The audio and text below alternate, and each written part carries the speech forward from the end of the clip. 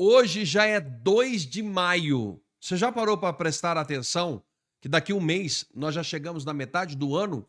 As notícias são bombásticas e eu estou preparando para você hoje as principais notícias igual essa que eu vou trazer. Essa que eu já anunciei na capa e no título. Brasil, a preocupação maior aqui, do lado da esquerda, e para nós é um alívio, eu vou contar várias notícias, mas isso aqui eu queria enfatizar, é o crescimento, graças a Deus, do Flávio Bolsonaro em todos os lugares e a derrota já prevista do Lula. Eu queria tranquilizar com você, não faz parte da notícia que eu vou trazer aqui agora, mas é algo que eu quero enfatizar com você, para que você fique por dentro de tudo que está acontecendo, tá bom? E conta comigo, porque nós estamos aqui todos os dias para falar das coisas do Brasil de verdade, um bom senso com todo mundo para a gente mostrar quem é quem na ordem do dia neste ano tão importante. Vamos para a notícia? Me ajuda a dar o like, a compartilhar, inscreva-se no nosso canal e coloca aqui. De onde é que você está me assistindo? Coloca aqui. Vem para cá junto comigo, vamos para a notícia. A posição do Brasil piorou num relatório divulgado pela organização Transparência Internacional. Entre os cidadãos ouvidos pela ONG, aumentou a sensação de que existe corrupção no país. O rombo financeiro nas estatais pressiona as contas públicas. A lista das empresas federais que acumulam prejuízos cresceu e os sinais de alerta também.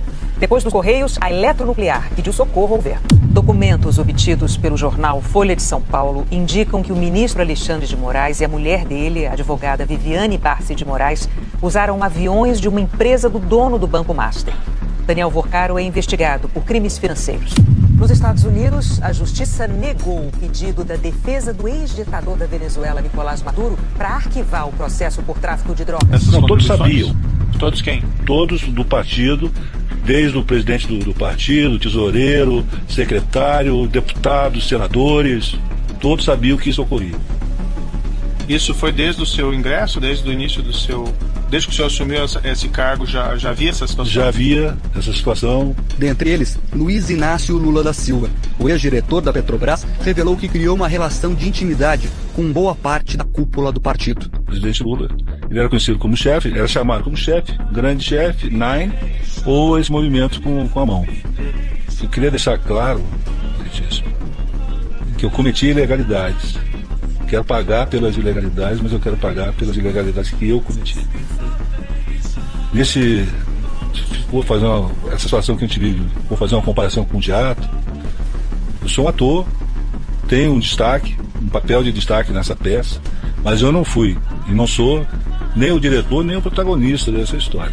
Segundo ele, na construção de estaleiros, por exemplo, 1% do valor do contrato era desviado entre funcionários da Petrobras e políticos. 2/3 do partido político, Vacari me informou que iriam para o Partido dos Trabalhadores, para José Disseu e para Lula.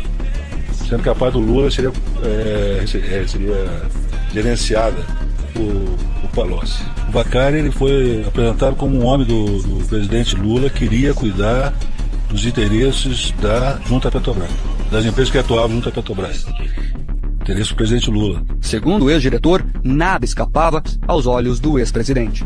Ficou claro, muito claro para mim, que ele tinha pleno conhecimento de tudo e detinha o comando. Tá cheio de jovem na idade de vocês que fica na internet todo dia. Nenhum político presta. Todo mundo é ladrão. Todo mundo é corrupto. Todo mundo. Quando vocês estiverem achando que ninguém presta, que eu não valho nada, que o Camilo não vale, que o Mano não vale, que os deputados não vale, que o prefeito não vale, ainda assim, não desistam da política, entrem na política, porque vocês são as pessoas honestas que vocês querem que eu seja. Então não se acovardem, entre na política, escolhe um papel e todo mundo pode assumir responsabilidade, sobretudo para desmontar as mentiras da internet. O general do Exército ficou espumando de raiva ao ser obrigado a ver 2 derrotas do Lula em menos de 24 horas. A primeira, a recusa por parte do Senado da indicação de Jorge Messias ao Supremo. A primeira derrota, também humilhante para ele, foi ser obrigado a ver a aprovação da derrubada do veto ao PL da dosimetria. Consequentemente, Jair Bolsonaro e todos os réus, as vítimas, na verdade, do dia 8 de janeiro, tiveram suas penas reduzidas em aproximadamente mais de 95%. Bom, dito isto, o general resolveu tentar intimidar Marcel Van Hatten, que será o próximo senador pelo estado do Rio Grande do Sul, mas se deu muito mal. Acabou detido pelo corajoso deputado e colocado no devido lugar. Ele é um homem que está se afrouxar. Ele é um homem que está se afrouxar. Se o senhor defende um frouxo, é frouxo também, me desculpe. Não. É frouxo é covarde. Vai puxar no canto para falar uma coisa, para ter uma defesa dessa, né? O seu comandante vem aqui, ele vai aparecer aqui semana que vem, ele pronto, não é frouxo. Vai estar aqui semana que vem? Eu vou estar aqui. Não, o seu comandante, seu chefe dali. Seu chefe não vem. Seu chefe não é meu comandante. Eu tenho chefe e eu comandante. Com ele eu vou para guerra. Vem pra cá pra Bom, pessoal. É sinal da situação em que o exército está maravilhoso, tá tendo continência com o ladrão. Ele é o comandante supremo da sua vontade. Tá tendo continência com o ladrão. Ele é o comandante. Trouxa, segue ordens, o Alexandre Moraes que manda nele, não. É o Alexandre Moraes que manda nele, não. Muito obrigado. Não é isso? Então, olha só. Comprovado. Alexandre Moraes manda no chefe das Forças Armadas. Nada completamente absurdo. Com preço de... Não, até porque eu estava de saída, fui aqui confrontado pelo general Emílio, que é chefe da Assessoria Parlamentar do Exército. Tá tudo registrado, só queria fazer menção aqui que numa postura completamente desequilibrada para alguém que é de alta patente do Exército, além de confrontar um parlamentar que veio aqui falar como deve sobre sua opinião, ele, pelo menos nesse sentido, me deu uma alegria. Concordou com seu silêncio de que Alexandre de Moraes manda no comandante do Exército e demonstrou mais uma vez a frouxidão daqueles que estão na liderança do Exército, que hoje deveria ser um orgulho para o país, mas lamentavelmente está batendo continência para um bandido. As gravações estão aí e eu vou deixar para Vossa Excelência avaliar, inclusive, a pertinência da continuidade de uma assessoria parlamentar que chega a esse absurdo de, durante uma reunião da Comissão de Relações Exteriores e Defesa Nacional, buscar confrontar parlamentares por suas opiniões feitas aqui e de uma forma grosseira, completamente incompatível com o rigor que se espera de um membro do Exército Nacional. Coronel Emílio, o senhor também, ou general, envergonha o Exército Nacional. Obrigado, senhor presidente. Viram só como que funciona a democracia bolivariana dessa turma? Esse sujeito resolveu tentar intimidar um parlamentar que estava exercendo seu trabalho ajudando na derrota do governo Lula.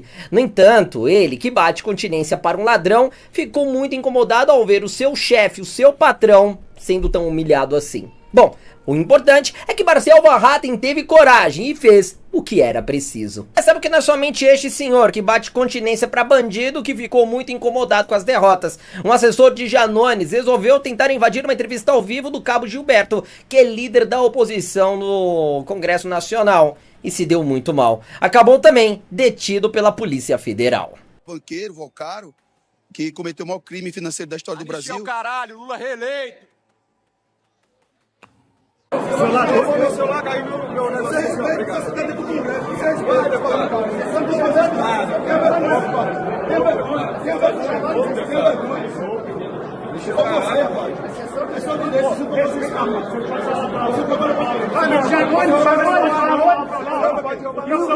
Cadê o Rico? Cadê o outro? O amigo dele vazou.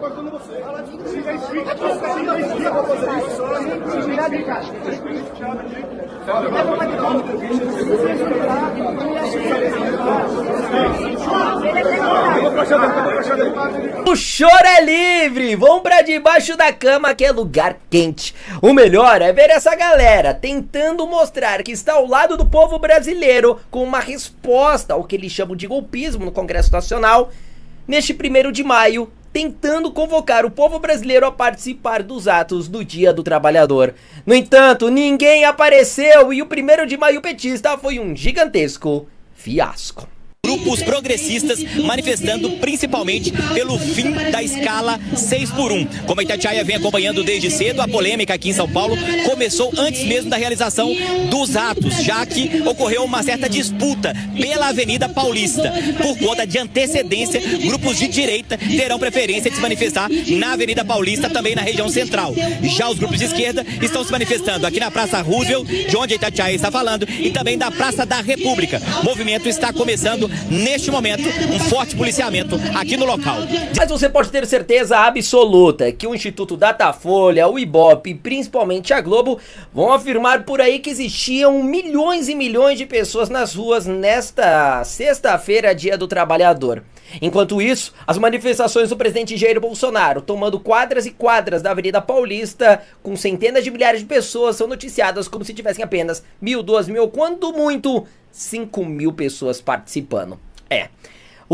A semana para a esquerda não está nada fácil. Derrotas achapantes para eles no Congresso Nacional, o surto de general do Exército, de assessor de deputado de esquerda, e para tentar mostrar força, acabam se dando ainda pior. Os amigos dos Estados Unidos acabaram de enquadrar Alexandre de Moraes e o governo Lula, que foram pegos em um plano sombrio para influenciar as eleições ou até vencer em 2026. Olha o tamanho da jogada. O Comitê Judiciário do Congresso americano soltou um novo relatório devastador. E o que está escrito lá destrói completamente a narrativa da defesa da democracia que o Supremo Tribunal Federal tenta vender para o mundo. A maior potência do planeta cravou com todas as letras: as ordens de Alexandre de Moraes contra a direita não são legais. Elas são punitivas. O objetivo claro e documentado é prejudicar adversários políticos. Nós não estamos falando de um documento antigo. Esta é uma versão atualizada com 85 anexos detalhando multas diárias de R$100 mil, ordens confidenciais e o bloqueio implacável de perfis. O Congresso americano está dizendo ao mundo que o processo eleitoral brasileiro corre o risco de ser manipulado não por fraude nas urnas, mas pelo silenciamento prévio de um dos lados da disputa mesmo. Como você pode ter uma eleição livre se um dos candidatos está proibido de usar as redes sociais? Para entender a gravidade do que está em jogo, nós precisamos olhar para um evento que passou completamente despercebido pela mídia tradicional. Volte no tempo para setembro do ano passado. A prestigiosa Universidade de Stanford, no coração do Vale do Silício, sediou um encontro a portas fechadas. O título oficial do evento falava sobre conformidade e segurança no ambiente digital. Mas a realidade exposta agora por parlamentares americanos era infinitamente mais sombria. Aquela mesa redonda reuniu representantes de países que estão construindo o que os próprios americanos chamam de um crescente regime global de censura. Estavam lá delegados da Austrália, do Reino Unido, da União Europeia e, para surpresa de muitos, o Brasil tinha uma cadeira de destaque nessa reunião. O governo brasileiro enviou um representante diplomático de alto escalão para sentar com essas autoridades estrangeiras. O objetivo não era debater a liberdade. O objetivo, segundo os documentos oficiais de Washington, era alinhar táticas para minar a liberdade de expressão e criar mecanismos de controle sobre o que as pessoas podem ou não dizer na internet. Olhe o nível do que estamos enfrentando. O Brasil, sob a atual administração, não está apenas aplicando a censura dentro das suas fronteiras. O país se tornou um laboratório ativo, um parceiro estratégico em uma aliança internacional desenhada para calar vozes dissidentes em escala global. Eles foram aos Estados Unidos para discutir como apertar o cerco. Mas a audácia do sistema brasileiro foi longe demais e agora a conta chegou. O Comitê Judiciário da Câmara dos Deputados americana lançou um relatório oficial focado exclusivamente no caso do Brasil. E as conclusões desse documento são um soco no estômago de quem ainda acredita que vivemos em uma democracia plena. Os congressistas americanos analisaram as ordens judiciais emitidas pela Suprema Corte Brasileira contra plataformas de tecnologia. Eles leram os despachos, analisaram as multas milionárias e chegaram a uma conclusão devastadora. As ordens emitidas contra a oposição, especialmente contra a família do ex-presidente Bolsonaro e seus aliados, não têm base legal sólida. Elas têm um caráter estritamente punitivo. O documento americano crava que o aparato judicial do Brasil está sendo usado como uma arma política. Eles chamam isso de lawfare. É o uso das leis e dos tribunais para destruir adversários que não podem ser derrotados nas urnas. O relatório vai além. Ele revela que houve tentativas de usar a força do Estado brasileiro para exigir dados pessoais e rastrear opositores políticos que estavam em solo americano, buscando refúgio contra perseguições. É uma tentativa clara de estender o braço punitivo do Estado para além das nossas fronteiras, desafiando a soberania de outras nações. Só que tem um detalhe nessa história que fez o Palácio do Planalto perder o sono. Os americanos não estão apenas preocupados com o que aconteceu no passado. Eles estão olhando para o futuro. O relatório aponta diretamente para o calendário eleitoral brasileiro. Eles sabem que as pesquisas mostram um empate técnico entre o atual presidente e os principais nomes da oposição, como o senador Flávio Bolsonaro. E a conclusão de Washington é assustadora.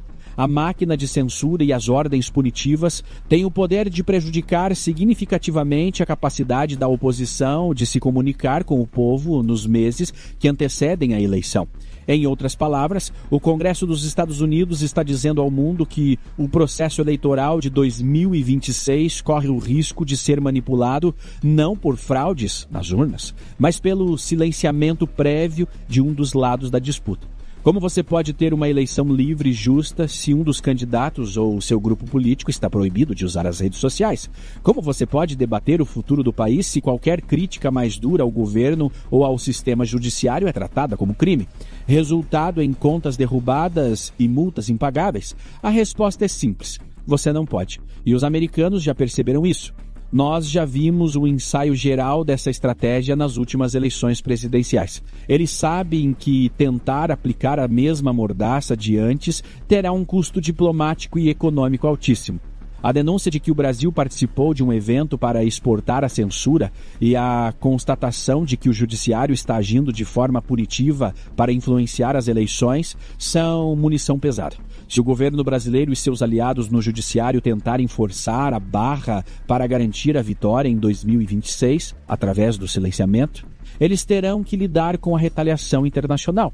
O que nós estamos testemunhando não é apenas uma crise política interna.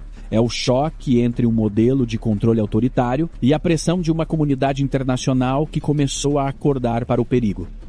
Alexandre de Moraes se meteu num problema tremendo. Antes, a Magnitsky parecia ruim, parecia uma coisa terrível. Agora, ser classificado como integrante de um grupo, de um assentamento ideológico banditístico, como um cartel, sendo classificado mundialmente como um narcoterrorista, não é brincadeira pra ninguém. E não depende de mim, não é interpretação. São coisas objetivas que a gente soma agora. Se ele não sabe é porque ele não leu, mas ele tem que saber. O pepino dele tá assando e, meu amigo, não vai ter misericórdia. A porrada vai ser grande. Quando eu tô falando que não se trata de Magnitsky, eu estou falando que é algo muito mais complicado, como ser classificado como narcoterror. Você já sabe. Narcoterror. E o que é que isso gera, meu amigo? Gera simplesmente processo no Departamento de Justiça norte-americano de imediato. E também gera pedido de prisão internacional com pedido de extradição. O Brasil não extradita nada. A Venezuela também não extradita nada. Aparentemente não é um empecilho. Só que tem um detalhe. Quem trabalha junto com o Donald Trump e convence, o vice dele, o brother também lá da Rumble, um é o Martin de Luca e o outro é o Schwartz. Só que também os dois acharam por bem citar do nada, dentro do processo da Trump Media que move contra o Moraes, pedindo 20 milhões de dólares de indenização por retirar o Rumble do ar do Brasil. Simplesmente eles pedem 20 milhões e resolveram falar que o Toffoli abriu um inquérito e deu pro Moraes tocar, chamado inquérito das fake news, no qual ele tocou pavor na população toda. E detalhe, violou soberanias, mandou gente pra lá, mandou ordens secretas, disse pra não avisar o governo. Depois disso, Toffoli teria, que era presidente, teria aberto esse coisa e dado para ele porque teria sido delatado pela Odebrecht. E a Odebrecht é citada dentro desse processo. Logo depois nós temos o quê? A abertura de investigação da Odebrecht nos Estados Unidos quanto ao acordo da Lava Jato. Para quê? Para ver se reabre, se cancela ou não. Por quê? Porque o Toffoli cancelou. Foram quase 11 bilhões de reais de indenização. E ele disse que a delação não valeu para ele, que foi delatado, e nem para Odebrecht. Mas você vê aqui ainda a caracterização e o pedido que eles fizeram junto ao juiz é que fosse reconhecida a invasão de soberania para pôr a segurança nacional em risco. E agora com o relatório que saiu, que foi feito pelo Departamento do Estado, acabou de vez.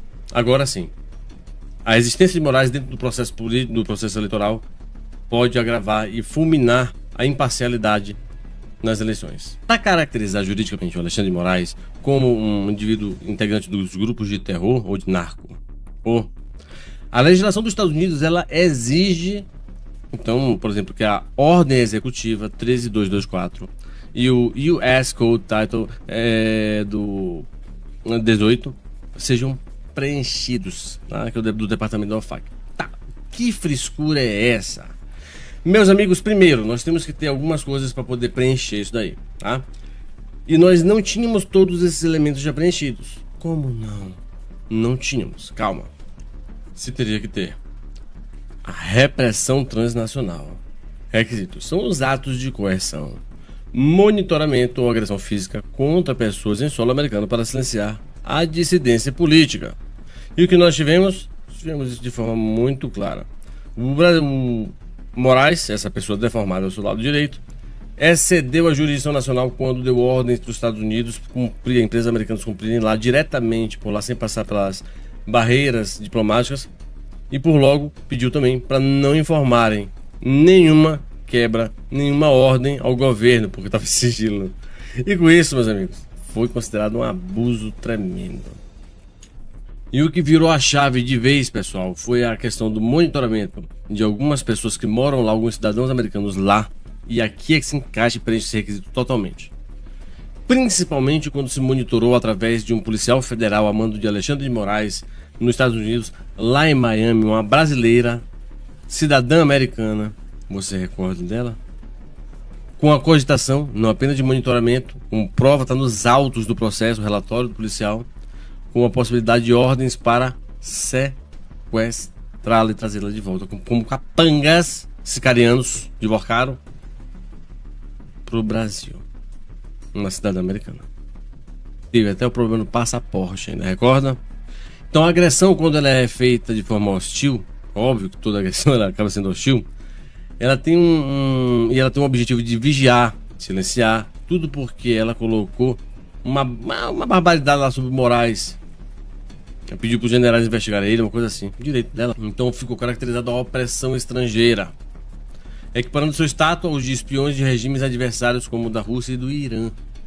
Já nós temos outro requisito também, que é o requisito da instrumentalização do medo. Certo, pessoal? Então, o uso sistêmico de ameaças, prisões, sem devido processo, multas astronômicas, sigilo total, sem acesso aos autos, paralisar a oposição, dizer que Bolsonaro era canibal, essa frescura toda aí, gerou uma interferência eleitoral. E eles dizem que hoje, pelo estudo que eles fizeram, vai acontecer de novo, pode acontecer de novo. Só que isso representa para os Estados Unidos da América algo muito pior, uma ameaça hemisférica, onde uma autoridade deformada desestabiliza uma região. Como um quadrúpede, uma besta possuída pelo cão, ele quer, por final da força, fazer as coisas do jeito dele. A interferência eleitoral e lawfare, tá?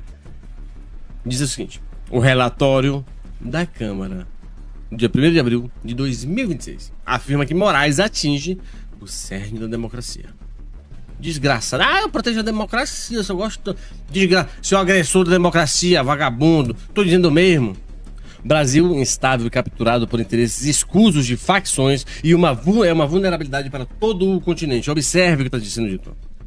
Afirma que Moraes atinge o cerne da democracia e para os Estados Unidos, o Brasil é um país instável. Quanto você acha que um professor tinha que ganhar? Eu devia ser uns 10 mil reais. O professor sofre muito. Justo, 10 mil. Policial, o senhor acha que tinha que ganhar quanto? O trabalho policial é muito perigoso, né? Sim. Passando noite atrás de bandido, que não é fácil, né? Sim. O policial podia ganhar 8 mil reais. 10 mil professor, 8 mil o policial. E o médico do SUS, quanto o senhor acha que ganha? Rapaz, esse 12 mil reais tava bom, né? 12 mil? É. O professor que leciona, que ensina, ganha 10. O policial que arrisca a vida por nós, ganha 8. O médico que salva a vida, ganha 12. E aí o deputado ganha 34, Manuel? Mas não foi o Manuel que escolheu esse salário pro deputado? Foi não, verdade. Você me ajudou. Quando você acha, Manuel, que um deputado tinha que ganhar?